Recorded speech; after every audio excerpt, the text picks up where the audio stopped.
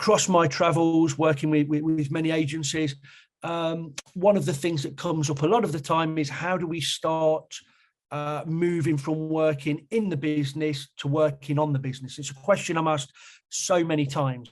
And I felt Kate was a much better person to answer that question than myself. And that's why we've got the lovely Kate on this webinar today.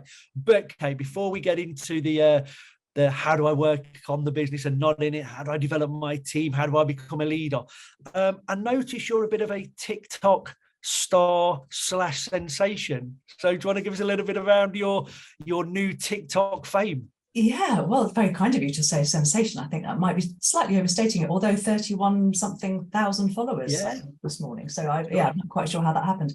I'll be honest, I had a glass of wine on a Tuesday evening in January and thought, yeah, I can do what the kids do. I've got teenage kids who were on TikTok, and I did a little skit, sort of 60 seconds, and got loads of views. And I thought, well, do a few more. I've been doing them every day since the 11th of January. Consistency is the key, as we all know in marketing.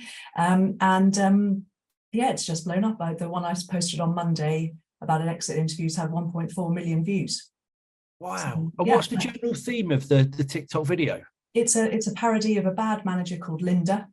And Linda's just an awful person. I mean, she's an awful person. She's trying hard. So she has elements of her. You sort of see little windows of her being good, and then she always slightly mucks it up at the end of the sketch, and that's the point. It's supposed to be funny. But the point of it is to provoke a conversation, is to get people either talking amongst themselves. Oh, do you remember that when Sue used to do that? I mustn't do that myself, is the main message. But also to obviously to advertise my services as a leadership coach. I have to say it's the best lead generation marketing tool I've used, and I've been all over Instagram, Facebook, and LinkedIn for quite some time now, and TikTok's the one that is getting my attention. So TikTok for B2B marketing, fantastic. So moving on from this imaginary Linda, who's not the best leader, shall we say, in the world. Yeah. That's probably a good place to start this webinar. What makes a good leader? What makes a great leader? What makes a bad leader? Are people born natural leaders? Can you be coached? Can you develop into the leader? What are your thoughts around that? Well, I'm bound to say that, yes, I think you can learn leadership skills, otherwise it wouldn't be a coach. But there are different styles of leadership, and everyone's got their own way of doing things. And I think what people struggle with sometimes is particularly introverts or people who feel they haven't got this sort of natural charisma of your typical leader, think that they can't do it. But actually, there's a lot more to it than having charisma. There's about having empathy and listening to your people and understanding them and helping them feel inspired and engaged and motivated, and that sort of part of leadership, as well as the sort of business nous, that sort of commercial acumen, that decision-making skills, strategy skills, and knowing when to launch a new product or whatever it might be. And it's knowing how to balance those two. So whether it's so analytical commercial skills or people skills, sometimes this is the priority, and sometimes this is the priority, and sometimes you've got to match them up. So I think I definitely think that those skills can be learned, but it's there's experience, there's having a good role model, there's having good partners, whether it's a number two underneath you, somebody alongside you, dare I say a coach, to help you along that journey. So yeah, definitely. Okay, and in the agency landscape, one of the things that I've seen a lot over I've been in the industry 20 years now, is people through various factors can escalate quite quickly from being an account exec to an account manager to then a senior account manager to an account director. And one of the things I talk to my agency leaders about is they put expectations of that person now they've been promoted to that role. And I believe sometimes those expectations aren't justified because the person's been promoted sometimes because it's around a pay rise, so they've been given a pay rise and therefore they need to be the next level up, but the people haven't been really coached, or they've not been given, these are the skills and attributes that make up an account manager, these are the skills and attributes that make up a senior account manager, an account director. Have you got any advice to agency leaders on what you should be looking at, how you should approach that career development of people within your agency. So ultimately, you're not left feeling frustrated by, paying someone an account director's salary and you don't feel they're delivering what an account director should. Yeah, it is difficult. I mean, the reason why I sort of I call myself the agency coach is because I do think there are particular sort of stresses and strains that you find in agency life that you don't find everywhere else. So you've got to juggle the needs of the client, obviously, that often comes first and foremost. But at the same time, you've still got to keep an eye on margin and profit. You've got to keep an eye on your timesheets and all the sort of admin and that sort of stuff. And you've got these, as say an account manager, you've got potentially an account exec to think about, an account director to answer to, as well as the client, and maybe a media deadline or whatever it might be. So I think there are some particular stresses in agency life. And the danger is that we forget, as you say, to hold their hand as they go up the ladder, and you just assume that somebody who's really good at, I don't know if you're in PR, which I was, really good at writing press releases, for instance, or really good at event management, actually that doesn't necessarily make them naturally good at being a manager. And having time for their people. So if you can in an agency, is to have somebody who's got an eye on that part of the role. You need experts in the field who can deliver for the clients, but you also need somebody in the agency who can hold the hand of somebody. So if they're saying, I've got this really tricky member of my team who's just not performing, they need somebody to go to say, what do I do about that? And give me some help. Yeah. Okay. Yeah. And I guess that sort of leads me on to the next area that comes up a lot on my travels with agencies is we're describing there how the leaders and the agency owners start working on the business rather than in the business. Mm-hmm. So actually helping develop that team, driving the direction of the agency rather than getting involved in working on the client works.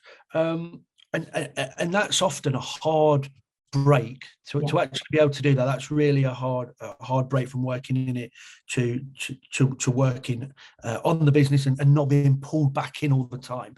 What advice or what frameworks, plans do you see working with agency leaders to facilitate that happening, keeping them focused on working on the business rather than being pulled back in all the time to working in it? Yeah. So I know you and I have talked about my 5-point plan of how to be a good leader, and number 3 of that is time to think. And it's all, I do it as well. It's really hard to say I'm going to spend this hour or this half day just thinking about the business, because inevitably, as you say, something else comes in and takes your time away. But how I encourage people to really make themselves disciplined about this is to sort of think of another analogy to sort of reframe that time. So if a client came to you and said, in 5 years' time, I'm going to triple your revenue, you'd go, okay, I'm interested. You've got me. what do I need to know next? Okay, what I would like you to do is spend an hour with me every week, or half a day every month, or a couple of days a quarter, doing a strategy. Whatever suits you, whether it's little and often or a bigger piece. You'd go, oh yeah, I'll see you, Mr. Client or Mrs. Client. I'll do a couple of days every quarter. If you're going to triple my revenue in 5 years, fantastic. You would do that and you would show up because somebody had asked you to. But if that somebody is actually Mr. or Mrs. Strategy, saying come to a meeting with me every quarter, it's hard to make yourself do it when it's just you and a piece of paper or you and your laptop. So I encourage people to book the time, as I say, whether it's an hour a week or half a day a month or whatever, but actually to make yourself accountable to it, perhaps you need somebody else to be there. And whether that's somebody else that you're booking that time with to think about that strategy is either, a really competent number 2 if you've got one, or, or a partner if you've got one in the business, maybe your accountant or your CFO if you've got one, and maybe even a coach or an accountability buddy, somebody else who's got a small business who wants somebody else to bounce ideas off. But book time and make it happen as if it was a client meeting, knowing that you spend time on that strategy, it will pay dividends in the end. Does that make sense? Yeah, that is a really good point. And I think, myself, I've guilty of this where I put time in my diary. Only a couple of weeks ago, we booked 2 days out, me and the senior leadership team, and very quickly we found we were booking things in that because we'd hit a busy period, and it was year end for our clients and they needed work doing. So I think maybe learning for me was be realistic at the time you're doing it and say, will we be able to commit to that particular period because of everything we have from the clients.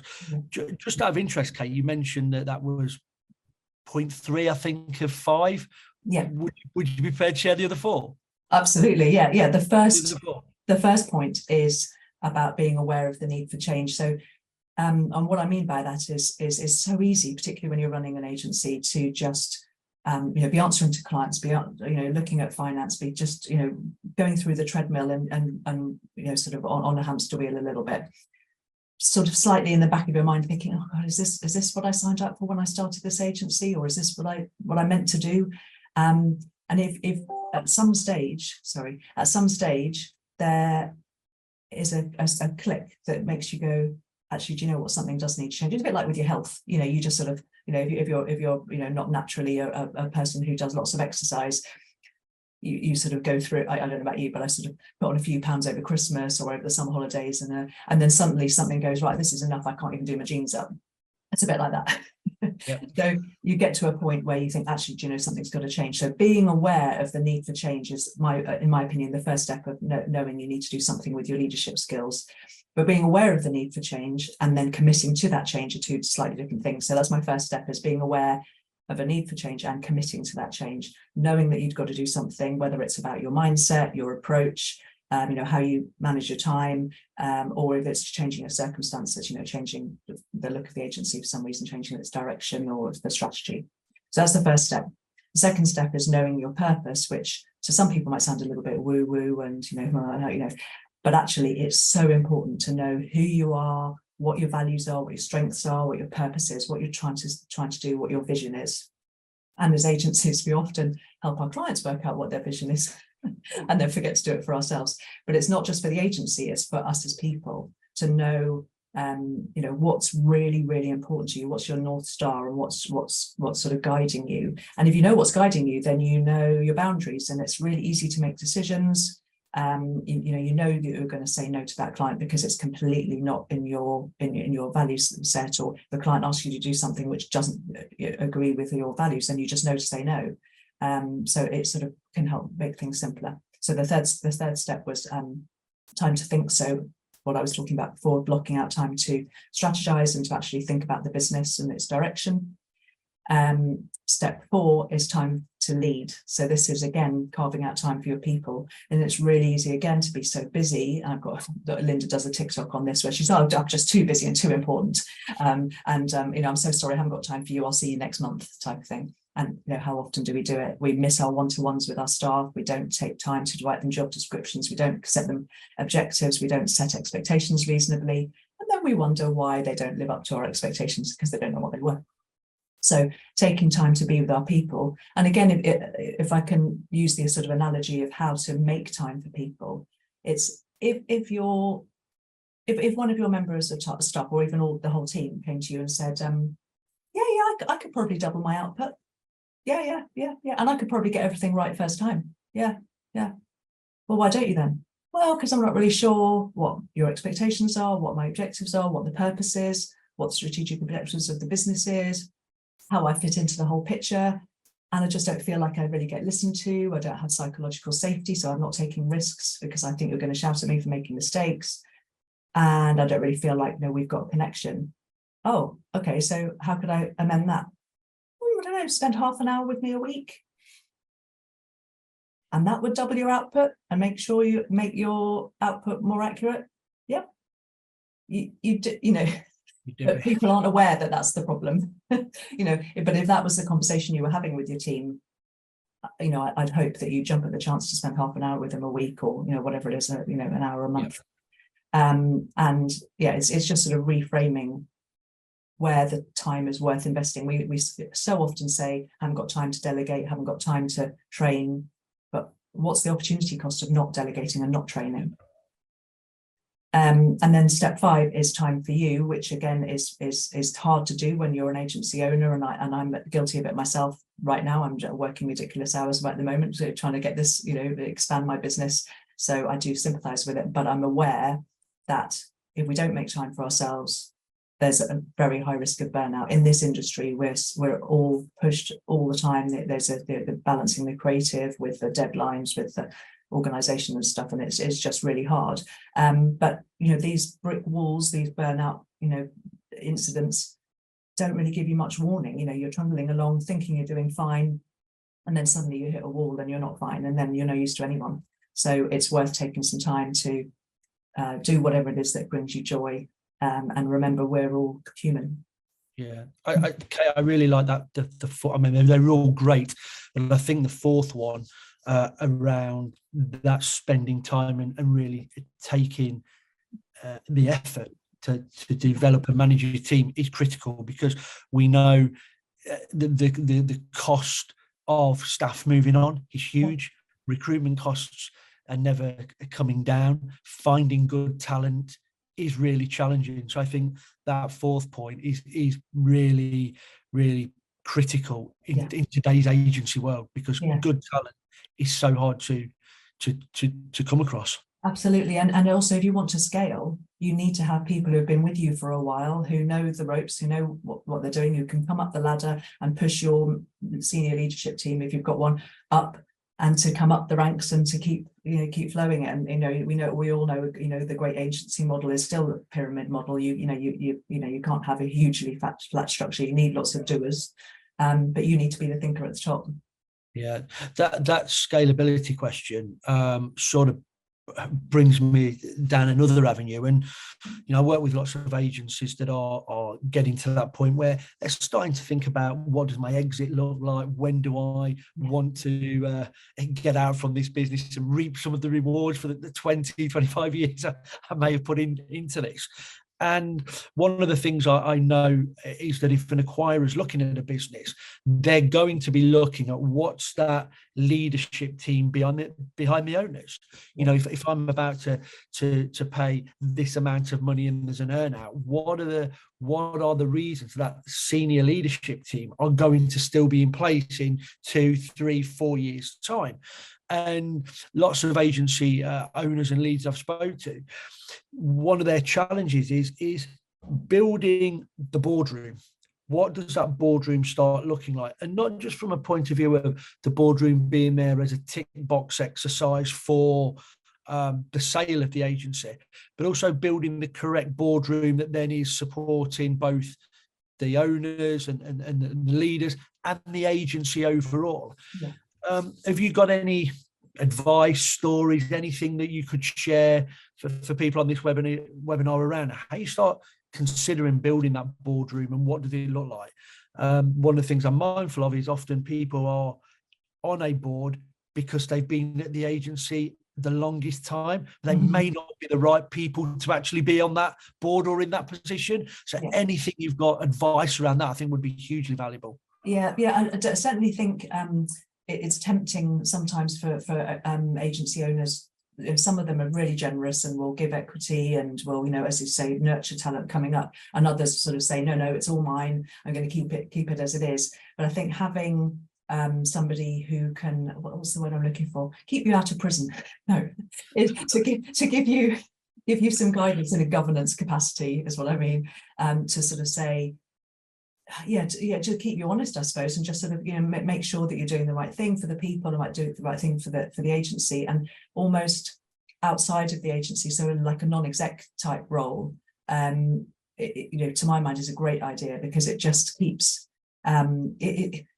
otherwise everyone's got a vested interest, haven't they? As you say, they've either been there the longest time, or they want to protect their particular sort of portion of power, their empire and their people, and so having a slightly external but connected person who's got some experience, maybe is ahead of you slightly on the journey, it would be perfect. It's hard to find, but if you can find somebody who you trust, who's got that a little bit more experience than you, then that's absolutely ideal.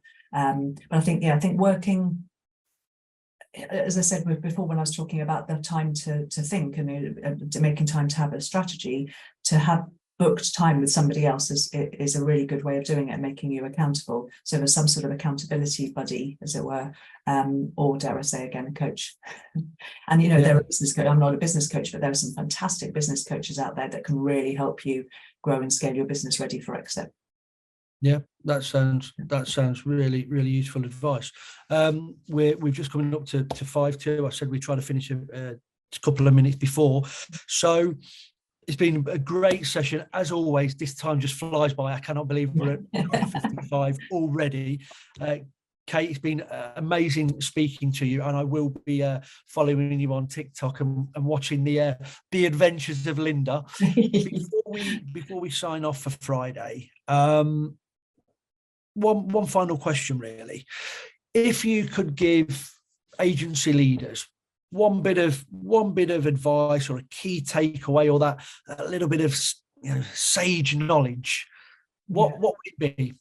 Friday before the bank holiday, what would you tell them? What would you tell them to, over this bank holiday, while they're having the glass of wine or the pint of Peroni? What would you say? Start thinking about this. What would it be? I think probably at my sort of core is the remembering we're all human. I know that sounds a little bit trite, but remember you're human and you need looking after, and you need that sort of you need other things other than the agency to keep you going. You need your health, and you need your fitness, and you need some mental health as well, and good family time and all that sort of stuff. But also to remember your people are human, and so it's really easy to have high expectations of people because you're passionate about it. If you're the agency owner, you tend to be in a smaller group than other people, in that you are inspiring and you are just sort of passionate about the business, whereas your employees aren't, those necessarily, those entrepreneurial people. So just remembering that they're human, remembering that they need empathy and listening to and engaging. And then they'll follow you. If you have that connection, and it's all about human connection. I've said probably too much, but human. Remember you're a human. Remember you're a human. Remember your team are a human. Yeah. Fantastic.